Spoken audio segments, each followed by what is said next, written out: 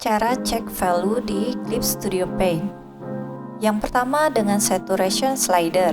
Pilih layer paling atas, klik layer, new correction layer, kemudian hue saturation luminosity.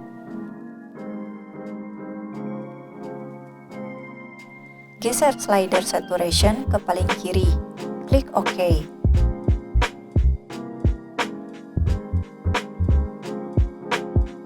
Cara kedua dengan mengubah layer property. Merge semua layer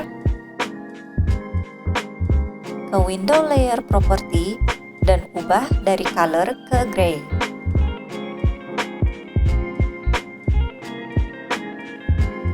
Jangan lupa untuk subscribe dan tekan tombol like. Have a nice day and see you!